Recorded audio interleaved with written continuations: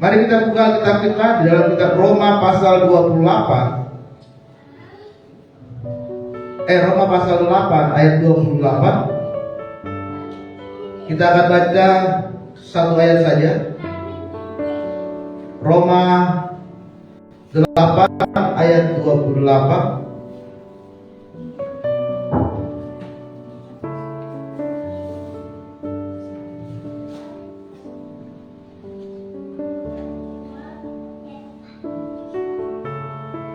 Kita baca secara bersama-sama saudara, karena ini hanya ada satu ayat. Roma 8 pasal 28 kita baca bersama-sama 1, 2, 3. Kita tahu sekarang bahwa Allah turut bekerja dalam segala sesuatu untuk mendatangkan kebaikan bagi mereka yang mengasihi Dia, yaitu bagi mereka yang terpanggil sesuai dengan rencana. Tema firman Tuhan pagi hari ini adalah Allah turut bekerja. Allah turut bekerja. Firman Tuhan merupakan surat yang ditulis oleh Rasul Paulus kepada jemaat-jemaat di Roma, bahwa mereka adalah jemaat mula-mula yang berdiri di sana. Mereka baru mengikuti Yesus, mereka baru menjadi seorang Kristen di kota Roma pada saat itu saudara. Dan Paulus menguatkan kepada mereka bahwa Tuhan selalu bersama dengan mereka. Tuhan selalu menyertai mereka dan Tuhan pasti akan mendatangkan kebaikan bagi mereka yang mengikut Tuhan dengan sungguh-sungguh. Ya. Allah turut bekerja di dalam setiap kehidupan kita saat ini.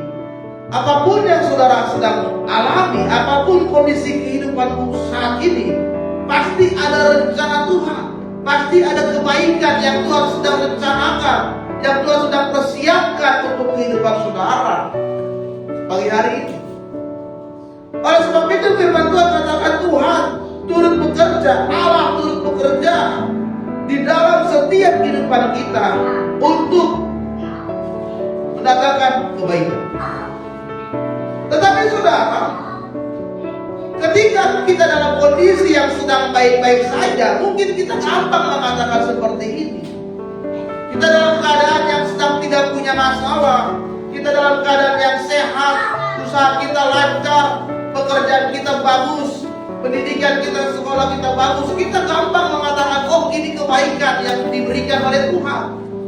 Tetapi ketika kau sedang berada dalam kondisi yang terburuk saat ini, kau berada di dalam sebuah kondisi yang paling lemah terjadi dalam hidupmu, engkau berada di dalam kesesakan saat ini, engkau berada dalam pergumulanmu saat ini, mungkin sangat berat bagi saudara untuk mengatakan, oh ini kebaikan yang Tuhan berikan dalam hidup kita. Tetapi saudara percayalah bahwa Tuhan itu selalu menyertai hidup kita. Saya menyaksikan sebuah kesaksian oleh seorang pendeta bernama Peter Tanci. Dia seorang pendeta di gereja Christ Commission Fellowship di Filipina.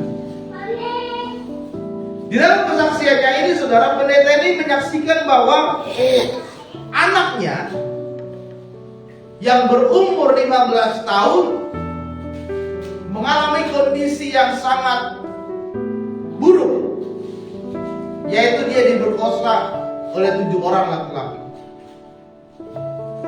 Seorang anaknya perempuan diperkosa oleh 7 orang. Di dalam kesaksiannya dia berkata, mengapa Tuhan mengizinkan kejadian seperti itu terjadi dalam kehidupan keluarga kami?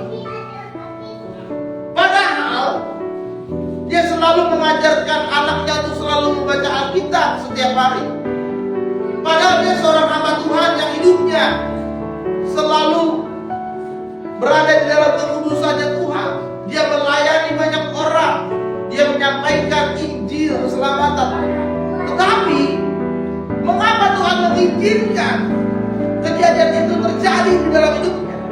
Satu dilema yang sangat berat di dalam kehidupan dia ketika kondisi itu terjadi, saudara. Bahkan ketika dia sedang berada di dalam kondisi yang paling lemah bersama dengan istrinya, Ada bisikan yang berkata untuk dia, sudahlah, lupakan saja Tuhanmu. Kau melayani Tuhan, kau mengajarkan Injil kepada anakmu, kok anakmu kondisinya seperti ini sekarang.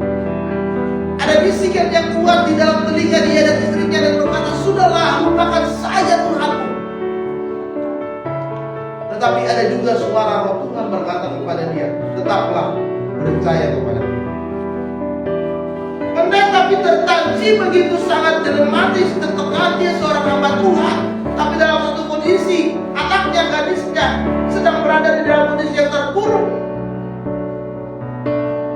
Tetapi dia berkata kepada Tuhan, Tuhan, aku tahu bahwa ini mendatangkan dosa. Kemudian dia berkata kepada istrinya, marilah kita tetap percaya kepada Tuhan atas kondisi yang kita alami. Saudara, hari Jumat kejadian yang dialami oleh anaknya perempuan, hari Minggu dia tetap datang melayani Tuhan. Jadi saudara, di dalam kehidupan kita, apapun yang terjadi dalam kehidupanmu saat ini, baik buruk, baik, pasti ada kebaikan yang Tuhan sedang rencanakan dalam hidup saudara. Ada dua hal di dalam hidup ini yang harus kita perhatikan. Yang pertama adalah ada hal yang bisa kita ubah dalam hidup kita. Tuhan memberikan kita kehendak bebas. Kita bisa mengubah sikap hati kita. Kita bisa mengubah respon kita. Kita bisa mengubah kebiasaan kita. Ya kan? Yang dulu saudara punya kebiasaan sering datang terlambat, lalu saudara berubah, saudara sekarang sudah datangnya sudah rajin, tidak terlambat. Itu kan bisa diubah. Yang dulu sifat saudara malas, ya kan? Sekarang saudara rajin. Yang dulu sifat saudara itu adalah membangkang, memberontak, sekarang taat dan setia. Itu yang bisa dirubah oleh manusia. Tapi ada juga yang tidak bisa kita ubah, karena itu sudah kehendak Tuhan. Yaitu misalkan siapa yang menjadi orang tua kita, itu kan sudah rencana Tuhan. Aku mau orang tua saya orang yang kaya, aku mau orang tua saya orang tua yang punya harta yang banyak. Kita gak bisa menentukan seperti itu. Itu sudah rencana Tuhan, itu sudah kehendak Tuhan. Jadi jangan kita menyesali akan orang tua kita sendiri. Yang tidak bisa kita ubah itu adalah bagaimana perlakuan orang kepada kita. Kalau kita bersikap baik, orang pasti akan berbuat baik. Kalau kita bersikap buruk, orang pasti akan berbuat buruk. Yang tidak bisa kita ubah adalah hal yang sudah terjadi dan masa lalu di dalam kehidupan kita. Tapi saudara, banyak sekali orang saat ini fokusnya adalah hanya ingin mengubah hal yang tidak bisa kita ubah. Sehingga kita sering mengajari dan mendikte Tuhan untuk hal yang seharusnya terjadi dalam hidup kita. Tuhan, aku maunya begini Tuhan. Tuhan, aku maunya begini Tuhan. Tahu Tuhan, aku maunya begini Tuhan. Padahal itu bukan rencana Tuhan. Karena kita sedang mengajari Tuhan. Padahal itu menjadi bagiannya Tuhan, bukan menjadi bagian. Pagi ini kita mau belajar saudara, bagaimana supaya Allah turut bekerja dalam hidup kita. Ada 3 hal yang harus kita perhatikan. Yang pertama adalah Tuhan tidak pernah bekerja dengan menggunakan jalan pintas, atau bahasa lainnya adalah secara instan.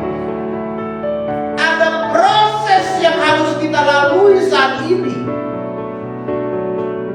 Ada tahapan-tahapan, step by step yang harus kita jalani saat ini untuk mencapai apa yang menjadi rencana dan janjinya Tuhan dalam hidup saudara. Yang namanya instan itu saudara, pasti tidak ada yang kita lihat suksesnya itu bisa bertahan lama. Kalau saudara pernah melihat para juara-juara misalkan dari ajang pencarian bakat, dia juara kan. Tapi Tapi kita lihat banyak juga yang setelah mereka juara itu kembali kehidupannya semula. Dia tadinya seorang pengamen, dia juara, dia menang, dia dapat hadiah yang besar. Sekarang ada lagi yang kembali. Kenapa? Karena dia tidak menjalani proses untuk menjadi seorang juara itu. Karena dilakukan secara instan, secara jalan pintas. Tapi saudara, firman Tuhan menguatkan kita pada saat ini, Tuhan tidak sedang bekerja secara instan dalam hidup saudara.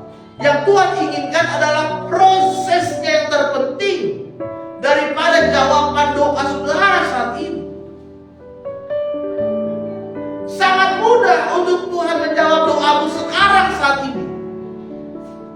Sangat mudah untuk saat ini juga apa yang engkau doakan dikabulkan oleh Tuhan. Tapi bukan itu yang terpenting. Yang Tuhan inginkan adalah proses kehidupanmu. Sampai engkau melihat betul-betul, engkau percaya, berharap bahwa Tuhanlah yang menjadi sumber kekuatan dalam hidup saudara. Ya. Kadang-kadang kita dibawa kepada gurun yang sangat kering dan tandus. Kadang-kadang kita berada dalam kondisi yang sedang tidak punya apa-apa saat ini. Sangat kering, sangat tandus. Tapi itu proses yang dilakukan oleh Tuhan untuk membentuk kehidupan kita saat ini, saudara. Bagaimana Musa memimpin bangsa Israel keluar dari tanah Mesir menuju padang pasir selama 40 tahun lamanya. Artinya Tuhan sedang memproses Musa menjadi seorang pemimpin untuk bangsa yang besar, bangsa Israel. Di mana? Di padang gurun. Kenapa Tuhan tidak langsung bawa Musa langsung pergi ke tanah Kanaan, dari Mesir langsung ke Kanaan? Kenapa Tuhan gak langsung bawa ke sana? Bisa kan? Bisa.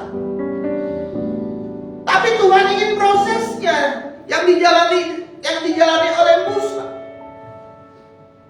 Bagaimana Musa dapat memimpin bangsa yang besar ini dengan jumlah yang sangat banyak, dan dia menjadi pemimpin banyak orang yang mengikut Tuhan. Bahwa Tuhan saat ini sedang ingin melihat bagaimana saudara diproses oleh Tuhan. Kadang-kadang kita berada di kondisi difitnah, direndahkan, dibuang, dan dikucilkan oleh banyak orang saat ini. Bagaimana Yusuf difitnah, Yusuf dijual, Yusuf dipenjara di dalam kehidupan dia. Ya.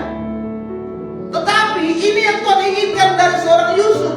Tuhan ingin memproses Yusuf menjadi seorang pemimpin dari bangsa Mesir pada saat itu. Sehingga ketika dia melewati proses kehidupannya itu, dia difitnah, dia dijual, dia dimasukkan ke dalam penjara. Setelah dia melewati prosesnya itu, dia menjadi pemimpin. Dia diangkat oleh Raja Firaun menjadi Perdana Menteri dari Mesir. Dan Tuhan sedang menginginkan ada proses yang bisa saudara lalui di dalam kehidupanmu saat ini bersama dengan Tuhan. Amin. Kadang kita harus melewati padang gurun kering dan tandus. Kadang kita dihujat, kadang kita difitnah, kadang kita direndahkan orang. Tapi ketika saudara bisa melewati proses demi proses kehidupan itu, engkau akan melihat bagaimana ada berkat kemuliaan yang Tuhan berikan. Amin. Yang kedua adalah kita harus memahami cara kerjanya Tuhan. Ya. Saudara, bangsa Israel itu tidak bisa memahami prosesnya Tuhan dalam kehidupan mereka. Mereka selalu bersungut-sungut. Mereka selalu mengeluh, tidak pernah bersyukur. Mereka selalu mempermasalahkan tentang Musa. Bahkan mereka menuduh bahwa Musa adalah seorang penipu. Bahkan mereka ingin kembali ke Mesir ketika mereka sedang berada di padang gurun, ya, mereka menyalahkan Musa. Kenapa engkau membawa kami ke padang gurun yang kering dan tandus ini? Kalau begini Musa, lebih baik kami kembali saja ke Mesir. Padahal mereka sedang diproses oleh Tuhan, tapi mereka tidak memahami bagaimana cara kerja Tuhan dalam kehidupan mereka. Mereka mengeluh, mereka putus asa, mereka menyerah, mereka kecewa, mereka sakit hati. Ini adalah ciri-ciri orang yang tidak memahami proses Tuhan dalam hidup mereka. Ingin bunuh diri, ya kan? Ingin mengakhiri hidup secara instan, tidak mau melayani, tidak mau ke gereja, ya kan? Tidak mau ketemu orang, kembali ke kehidupan yang lama. Ini orang yang tidak menikmati mengalami proses Tuhan dalam hidupnya. Sama seperti bangsa Israel, bersungut terus. Padahal di depan sana Tuhan sudah menyediakan Kanaan yang melimpah, yang makmur, yang bisa dinikmati oleh keturunan mereka. Tapi mereka tidak memahami itu. Mereka hanya tahu yang enaknya tentang Tuhan. Mereka hanya tahu yang bagus-bagusnya. Kemudian bagaimana Maria dan Marta pada saat itu meminta Yesus mendoakan saudaranya Lazarus yang sedang sakit. Ya. Mereka ingin Tuhan. Saudaraku Lazarus sedang sakit, datanglah Tuhan ke rumah kami untuk mendoakan saudara kami. Tapi apa yang dilakukan oleh Yesus? Yesus tetap tinggal di daerah itu selama 2 hari lamanya. Dia tidak pergi untuk mendoakan Lazarus. Maria dan Marta tidak memahami bagaimana proses Tuhan dalam kehidupan keluarga mereka. Dan ketika Yesus mendengar bahwa Lazarus sudah meninggal selama 4 hari, barulah dia pergi menjumpai mereka. Apa yang dikatakan oleh Maria dan Marta di dalam firman Tuhan, mereka berkata, Tuhan, seandainya saja pada saat itu Kau datang Tuhan, mendoakan saudara kami Lazarus, dia tidak akan mati. Tapi dia sudah mati. Dia sudah meninggal. Apa maksud dari perkataan mereka? Ya.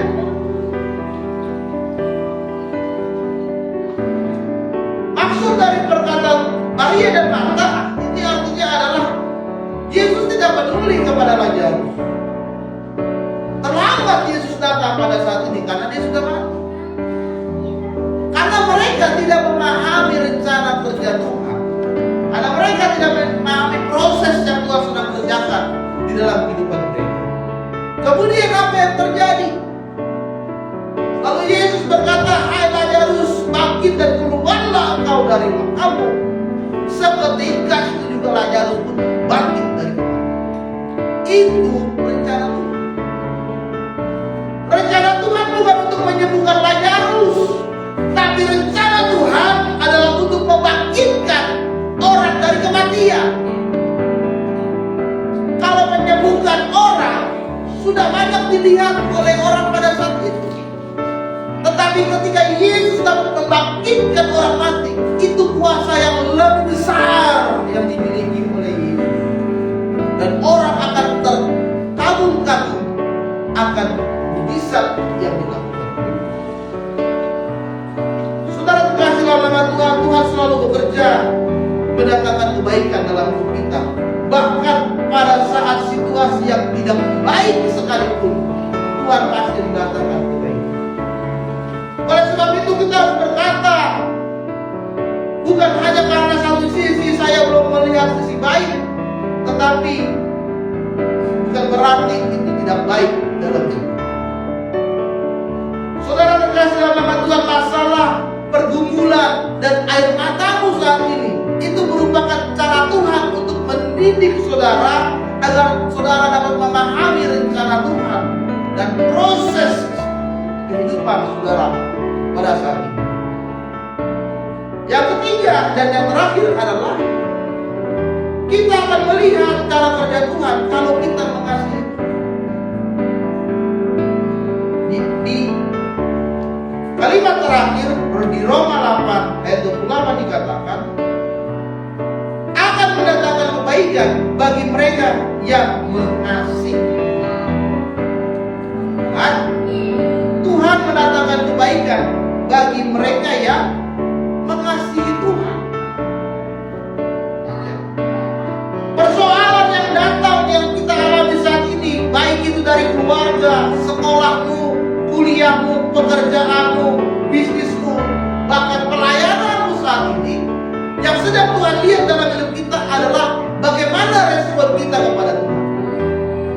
Apakah kita tetap terus mengasihi Tuhan ketika kita sedang berada di dalam pergumulan yang berat, atau kita malah marah sama Tuhan, atau kita kecewa sama Tuhan, kita diam sama Tuhan, kita putus asa, kita tidak mau berdoa, kita tidak mau pelayanan, kita tidak mau lagi percaya kepada Yesus.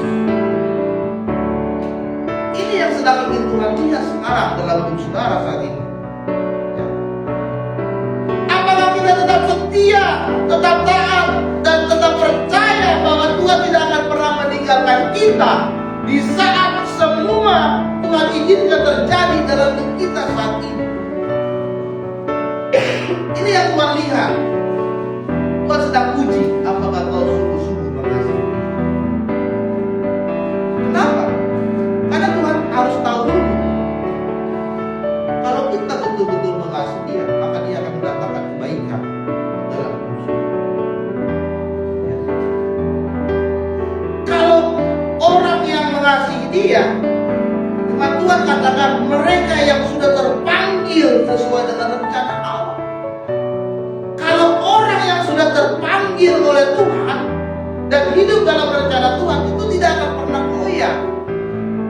Meskipun usahanya hancur, persoalan di dalam rumah tangganya itu tidak pernah selesai, di dalam pekerjaannya, di dalam pendidikannya, sekolahnya, kuliahnya, bahkan di dalam pelayanannya pun tidak mengalami perubahan, tetapi dia tetap terus menjalani kehidupannya dengan penuh semangat, sukacita, bekerja keras dan berusaha, tetap terus melayani sama Tuhan dan percaya Tuhan sanggup akan mengubahkan keadaan hidup dia menjadi sesuatu yang lebih baik lagi kalau dia sudah terpanggil sesuai dengan rencana Allah.